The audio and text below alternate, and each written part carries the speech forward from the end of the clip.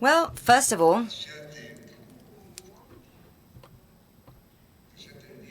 let me say that these commemorations of Ursula and Alberto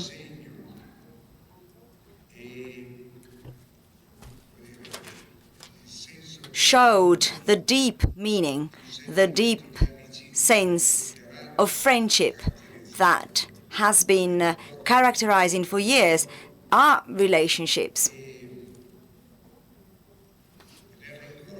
In remembering these two extraordinary human beings, we have also been able to see between the lines what our movement represents in the world. We are here today to officialize the shift from being an organization to being a foundation. These are technical issues. These are all technicalities that, however, are needed to make our work as effective as possible. So this statutory choice is an opportunity to make some political reflections.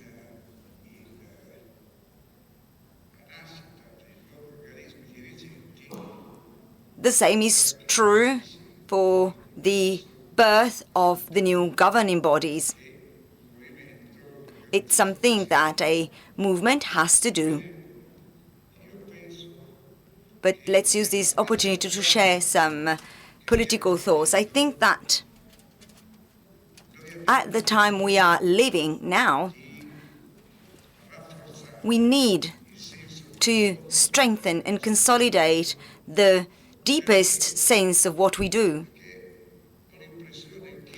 I have the feeling that the situation is very dire.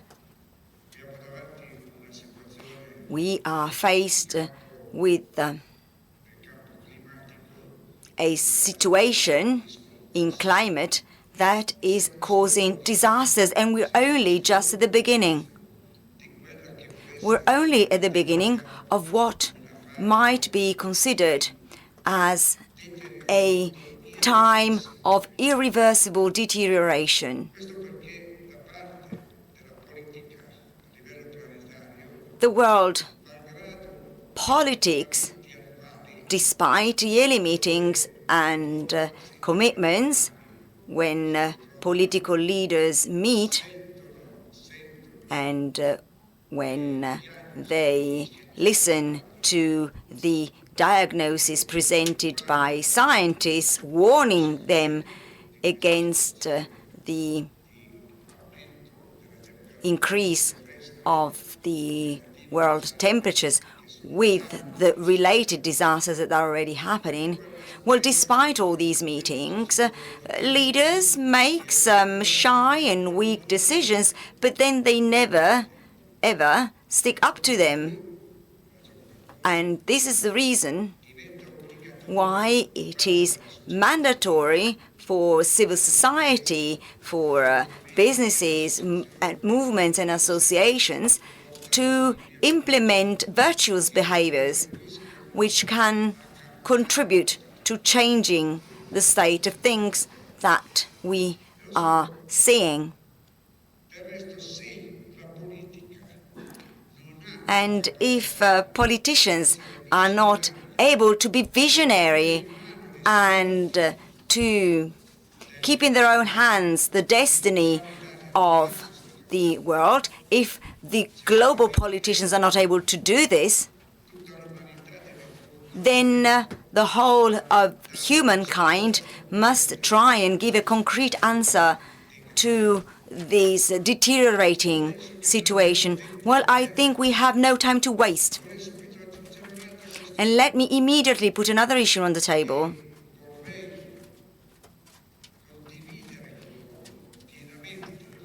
It's an issue that I would like to share with you. I can sum it all up in one sentence. The main cause of the environmental disaster we are living is the food system. The food system that many call primary economy is the main cause of this turmoil and disaster. Now, this statement, for a movement like ours that has been promoting as its main mission the safeguard of biodiversity for more than 30 years, well, for a movement like ours, this statement means that we cannot turn away. We cannot be indifferent. We have to continue and pursue what we started many years ago.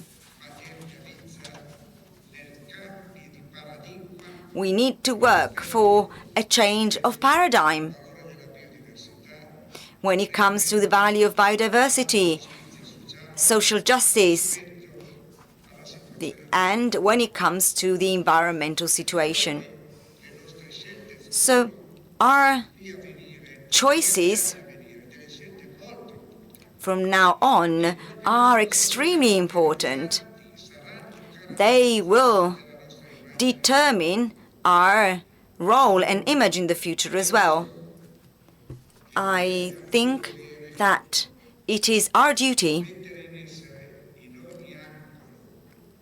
everywhere in the world, given our global network, we have nodes of our network in 150 countries, well, it is our duty throughout the world to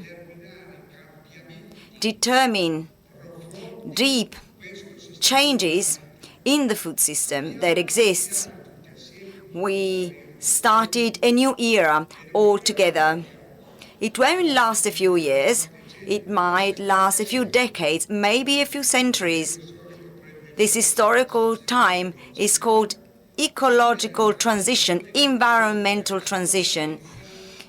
And living this environmental transition to the fullest means that we must make sure that paradigm changes are true, are real. And so we need that the relationship between food and the environment deeply changes.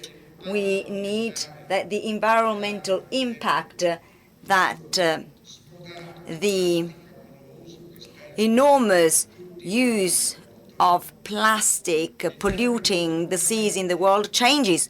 We need all of this to change. We must to change the concept and the approach by which food sovereignty is only promised, but then it's implemented implemented. All governments don't care for food sovereignty.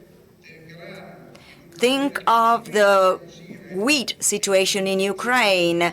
This is bringing many countries to their knees. They are leading them to famine. Now, this is the practical demonstration of how in these countries the concept of food sovereignty has never been pursued. And by the way, by food sovereignty, I don't mean autarky. The idea is not that each country should produce everything that is needed. Food sovereignty means keeping some fundamental crops and the farms and agricultural activities that belong in the history of each country. Safeguarding this heritage, safeguarding biodiversity is the reason why food sovereignty is politics. Now, that doesn't exclude exchanges between countries, but it doesn't put any country in the situation of being fully dependent from others. In fact, it creates the conditions to have spaces of autonomy and identity and pride. And this is what we've been saying for years, defending presidia, defending biodiversity, defending communities the communities that give life to the wonderful network of Terra Madre.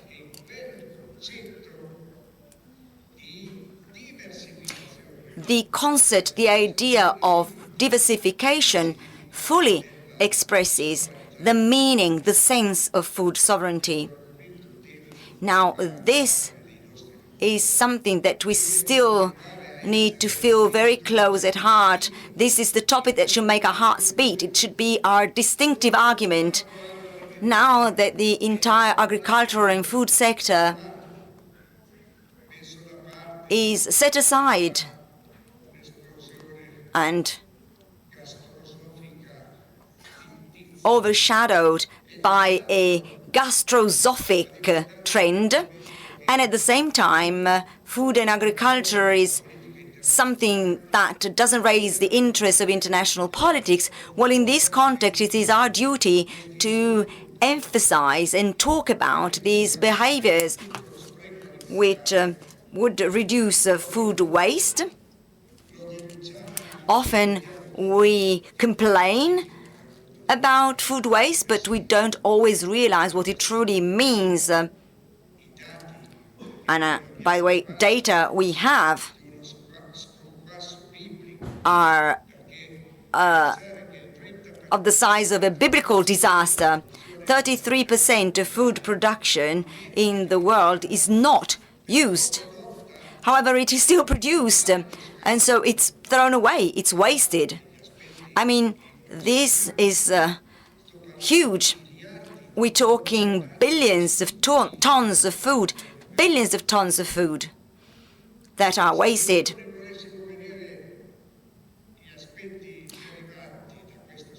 If we think of all the consequences that are related to this waste, then let's think of the millions of hectares of fertile land that are used to produce waste.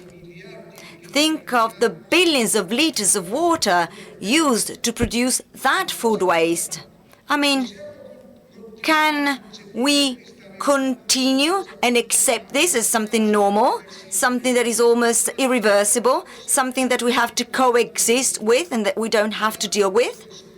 Faced with this impressive, enormous disaster at a time when water is missing, and we still use water to produce food waste. Land is missing, there's a lack of land, and we're still using land to produce what? Food that is wasted. So what I'm saying is that this activism must continue and underpin the future years of slow food. The time has come to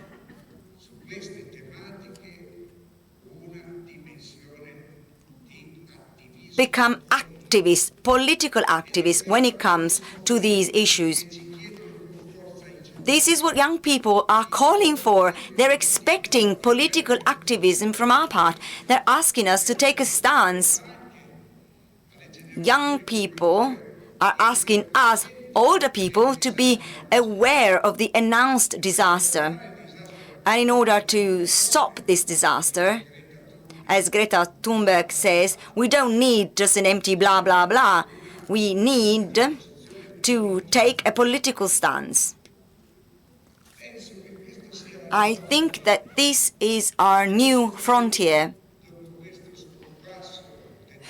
After the disaster made even worse by the pandemic and the war in Ukraine, which, by the way, is one of the over 140 wars that are currently being fought in our planet. We are focusing, and rightly so, on the war in Ukraine that is happening in Europe, but at the same time, more than 140 conflicts are going on in the planet, and many of these are completely overlooked by all. In fact, many are accomplices. The persecution pursued against the Kurds is a shame. It is a shame for the European Union. It is a shame for NATO. And we are legitimizing it. We're legitimizing that a member of NATO can persecute a people. I mean, of course, I am talking about a different vision, and this vision has come to its end point. We have reached an end point. It is no longer possible to shut up and say nothing. It is no longer possible to think that on food-related issues and on agricultural issues and on food production issues, we don't step in with a stronger, more incisive activism. We also need to be more connected with the requests of the youth. So the time has come for us to become aware of all of this, and we also need to go beyond a series of debates and discussions which I believe are misleading. Let me mention two. The first, global and local. The second, innovation or tradition. Now I'm asking all of you to make an intellectual effort to go beyond the idea that these terms are separate. You're either local or you're global. You're either traditional or you're innovative. Now, that's not true. That's not the case. These terms are intertwined. They have a dialogue with each other, and together they express the potential that civil society has. And mind you, this intertwining of terms, this dialogue between terms, is the signature characteristic of slow food. It's what distinguishes us. We have created this exchange, this tie, this connection, and this is why we're able to be global and local. We are present at the local level, and that makes the global presence stronger.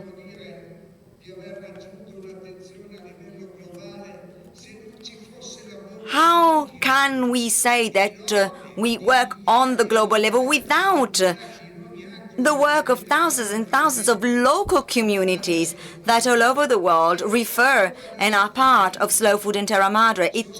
That being local, that is strong, and it expresses the global potential. It's even worse to think that innovation and tradition are opposite things, as if traditionalists were nostalgic people, conservative people, and instead innovative people are those who look at the future and at progress. That's BS.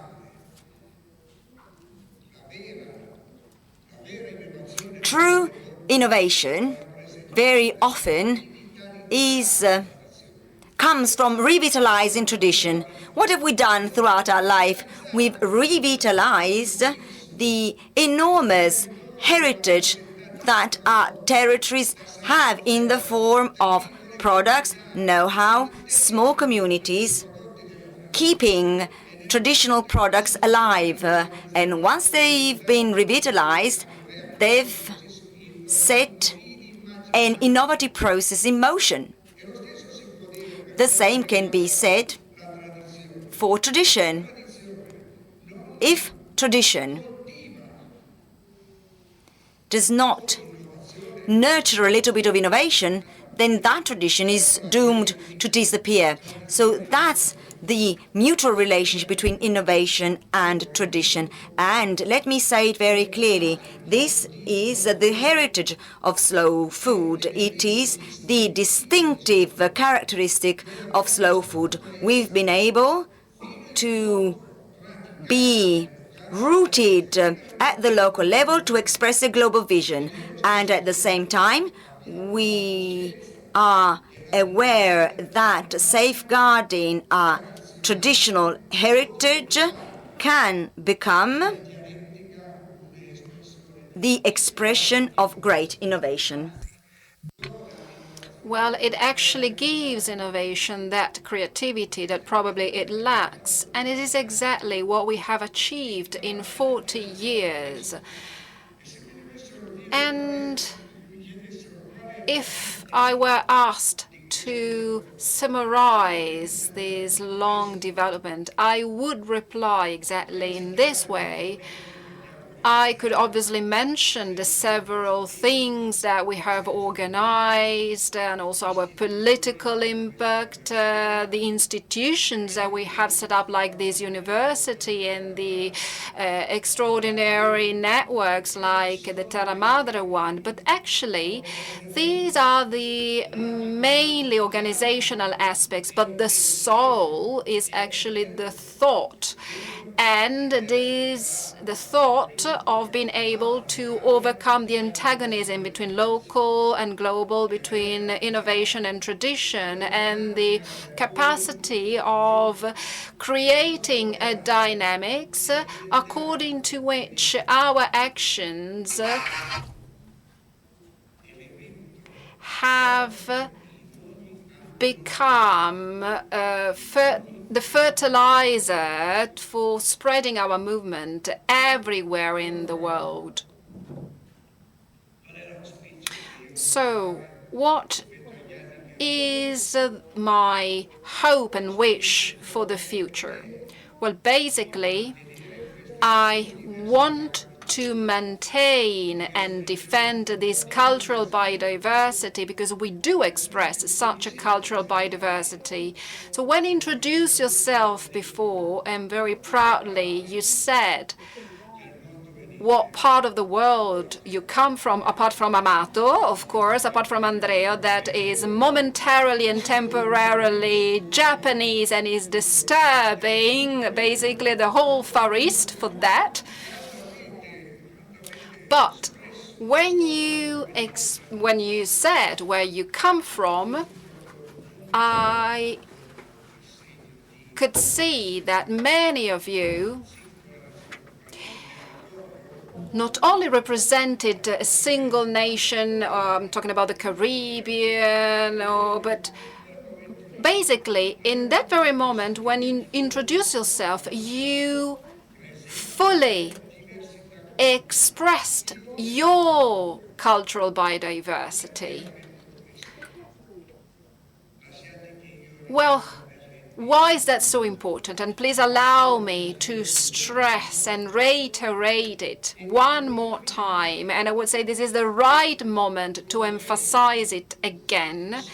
And please bear in mind, and also I want you to have this concept very clear also for your future actions and behaviors. So the emotional intelligence and the austere anarchy, so that mixture is the distinctive element of our way of operating. And as I said before, this is the best occasion to stress it one more time. I would like you to recognize and acknowledge that when I use the expression austere anarchy, I'm not just cracking a joke. It's not just a way to define ourselves in a cheerful way, or it's not just saying austere anarchy that somehow is, one of Carlene's slogans. Well, not at all. Austere anarchy is exactly what has determined the fact that you all present here in person, and also the people that are missing basically in your own countries, home countries, have been able to implement and enforce the kind of political actions that were requested. So there was no authority imposing on you how to take action and what needed to be done. Well, actually, we welcome this method, this operating method, and we legitimated it. And I truly hope we'll be able to go ahead like this, because you cannot govern, you cannot rule an international movement by concentrating the power So this is a kind of animal logic. And when I use this expression, I mean an animal having a brain, and a brain that basically controls all the other parts of the body. Well, instead, we, by our very nature, do not belong to the animal world, but we actually belong to the vegetal world. What does that mean? Well, it means that the parts of our body are just like those of the plants, where there is not one central brain, but there are actually different centers that will contribute to the vitality and the life of the plant. The roots will be absorbing the mineral source, and then the leaves that will be collecting oxygen, and then the trunk and the bark that will absorb all the other elements. So this is the distinctive element of slow food, and the austere anarchy is not just a joke, is our practice, because if we don't recognize each single country, the capacity of being the main protagonist, and to understand the historical, cultural, philosophical suggestions of our home countries, then it means that we have not fully understood the slow food potential. And the slow food potential and strength lies in this biodiversity. So any leaders at different levels have this responsibility, and for this reason they will have to promote this kind of biodiversity. So said this,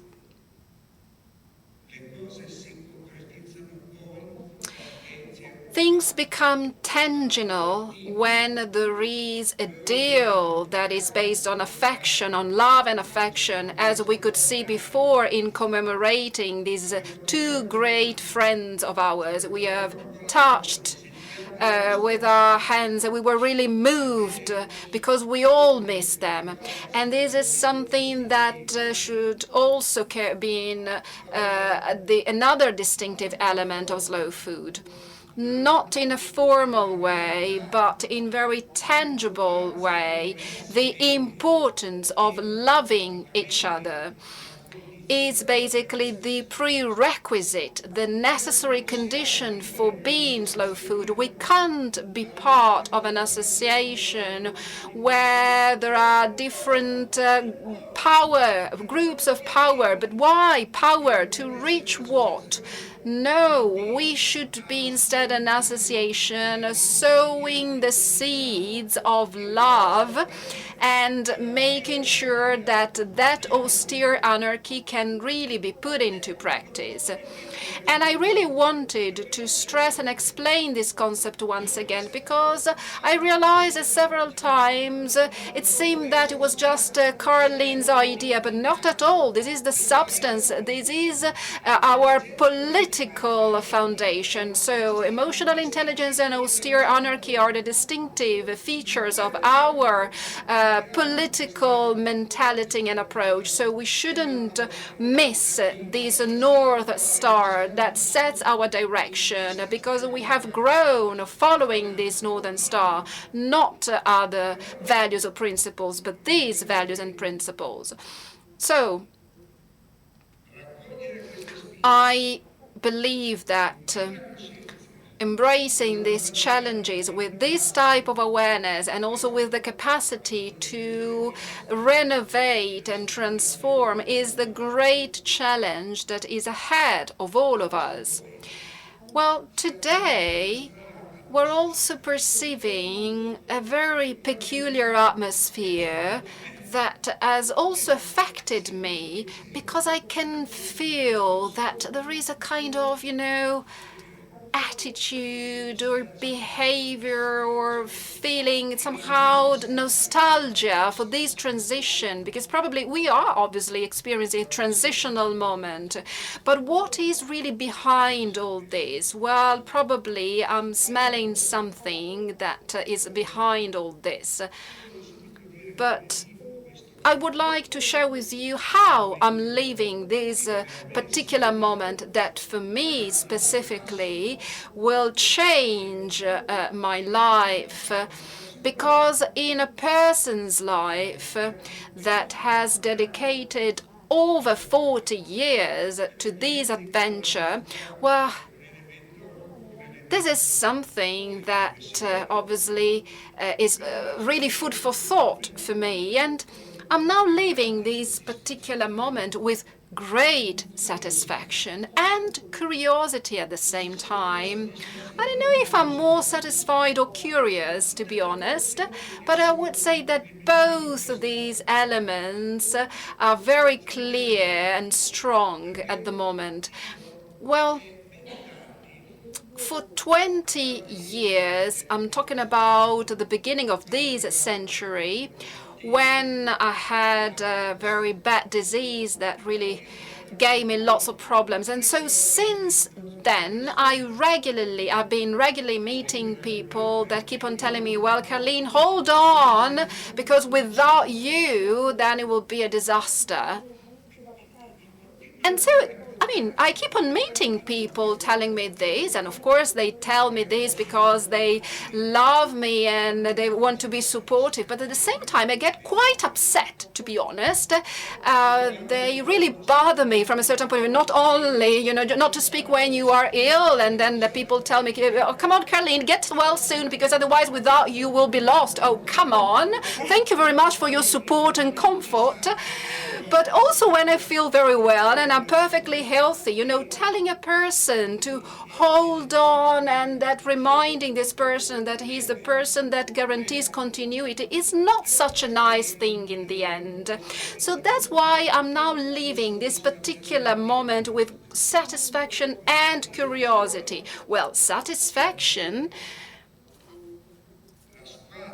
because the candidate board team that will be leading the new foundation consists of top people. Every single candidate, and also considering the tasks and the obligations and the duties they will have to accomplish in leading this foundation, they are truly very remarkable. So not only because the choice that we'll be making in delivering the international presidency in the hands of a young African person, and I would like to say it publicly, well, Eddie, because I want everybody to hear it loud and clear.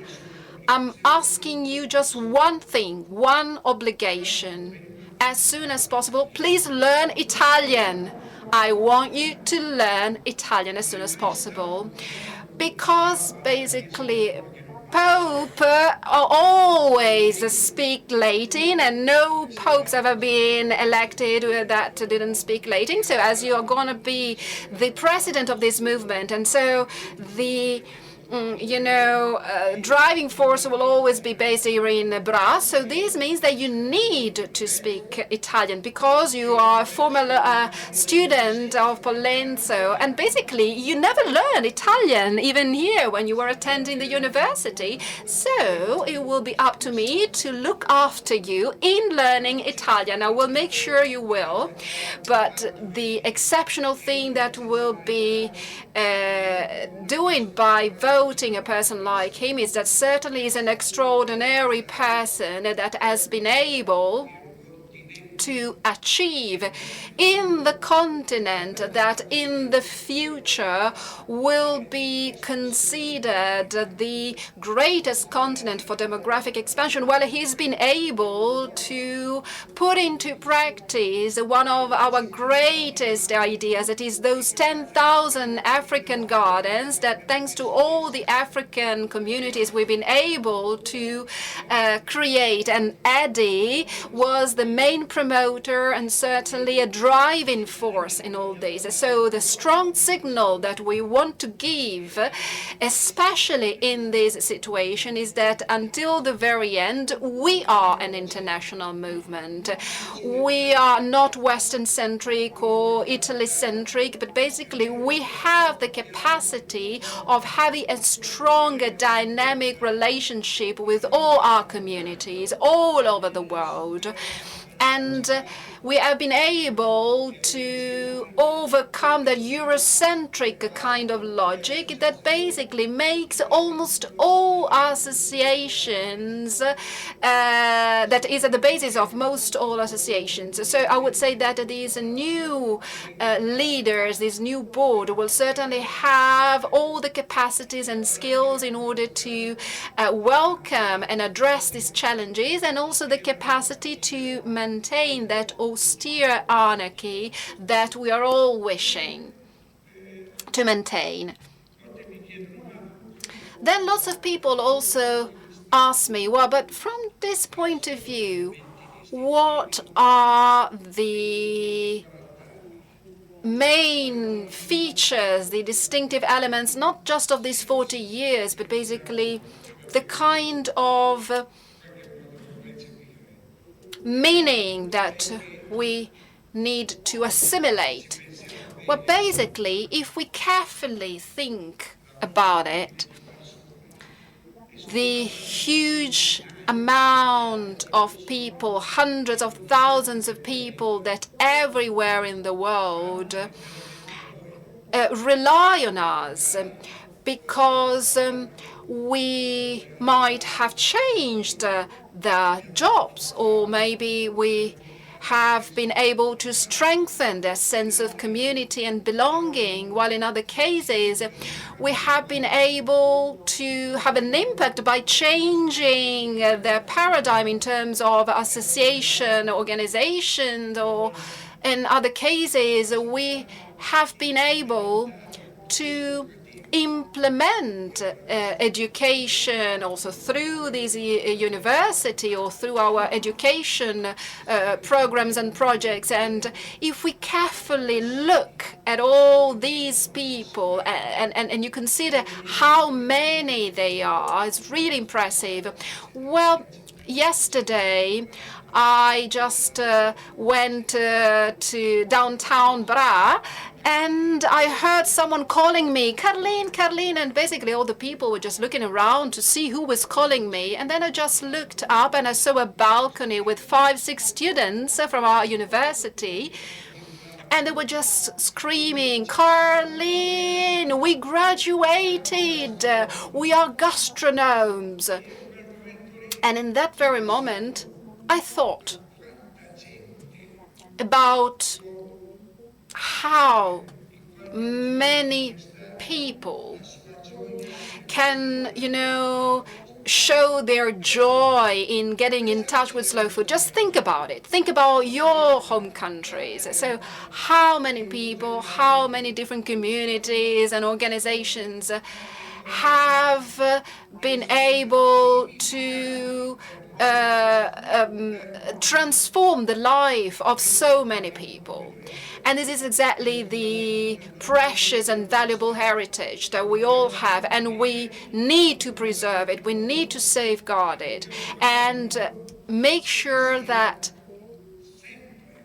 it will always be our Northern Star, and make sure that what we have achieved and what we'll be able to achieve in the future will be supporting these people, but also guaranteeing people's satisfaction to prove their importance and the importance of the work that they're doing. So in these 40 years, not only we have seen the important network that we have created, but we can also see the challenges and the capacities, the great vision that we have been able to put in place, because we have been able to achieve all these things.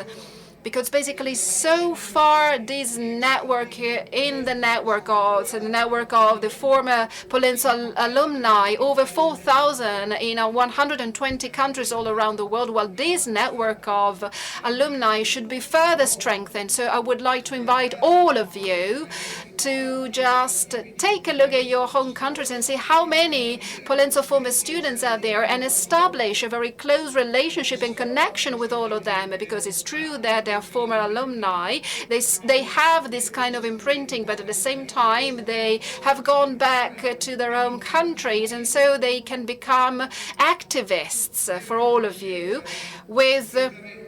You must be aware of the fact that this network is revitalizing for slow food as well, because these are this is the new generation. These are the young people that have great capacities of initiatives, and they will go on growing and developing, and because this is exactly the distinctive element of such an event.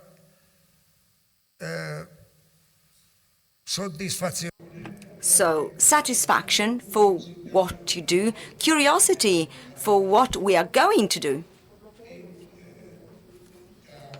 And from now on, from this afternoon on, please, do not start nostalgic rituals. It's no farewell. I mean, let's all celebrate together with joy, with happiness.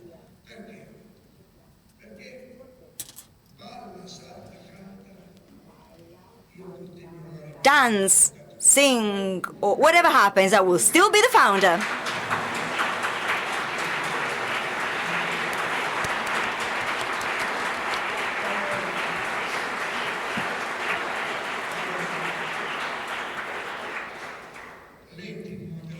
The origin of the word founder means someone who works to create the foundations of a building. So our building is not over yet, it's not finished. But one thing is for sure, I am very, very confident that the foundations are strong. The foundations are perfectly able to bear the weight of what we are going to build from now on. The foundations are undoubtedly the most important part that in the future we will be able to enjoy. These foundations are the result of a collective effort.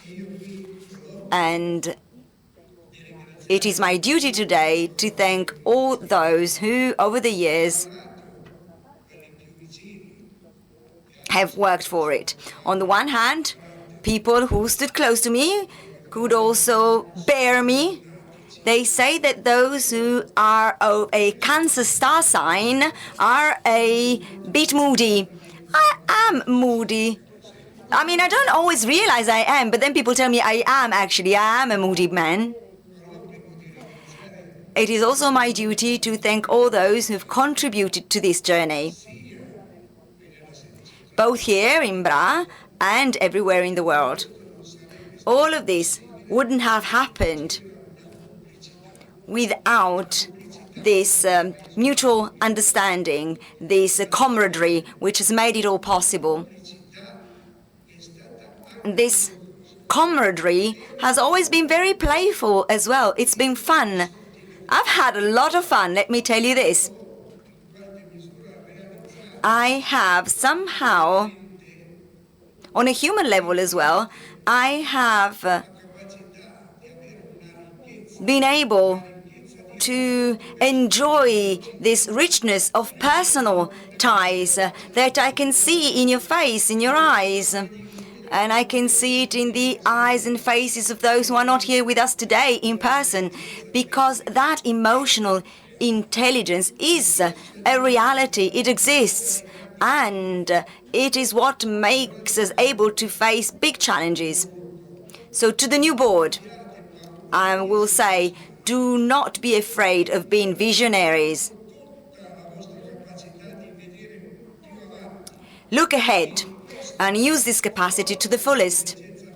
Rely on your emotional intelligence. Even if you make mistakes, every mistake will be important to then find a solution. Of course, now I am not going to list the mistakes I've made, because that wouldn't be the right place to do it, but I've made many. I've made many mistakes.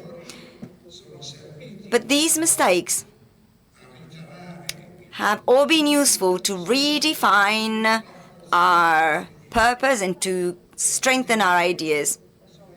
These mistakes have also been mitigated by this friendship and solidarity that ties us. Do not lose this.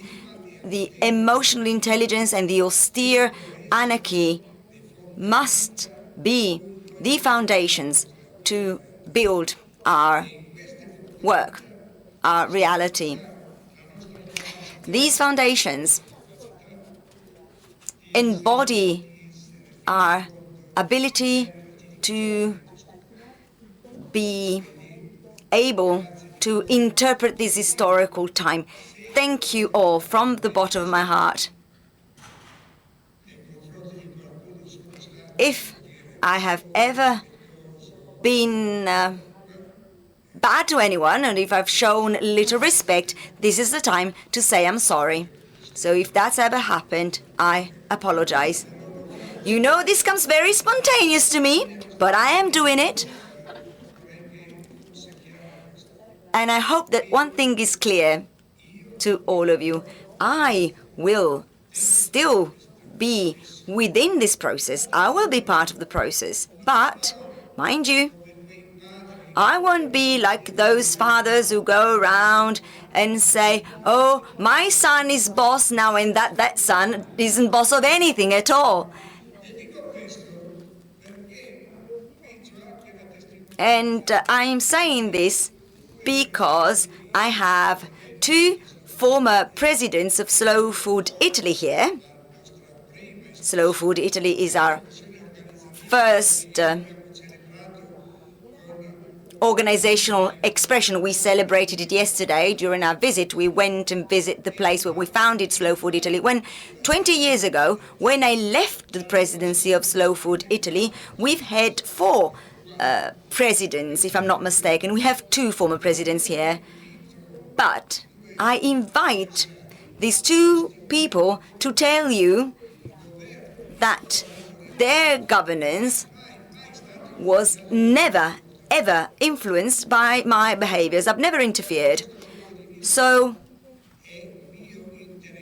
it is in my interest, and it's also my satisfaction and my curiosity to see what you'll do and how you're going to handle things. Let's give ourselves this gift. Let's make ourselves a gift. Let's take a look and see a strong and lively organizational body with the presence of its founder as well.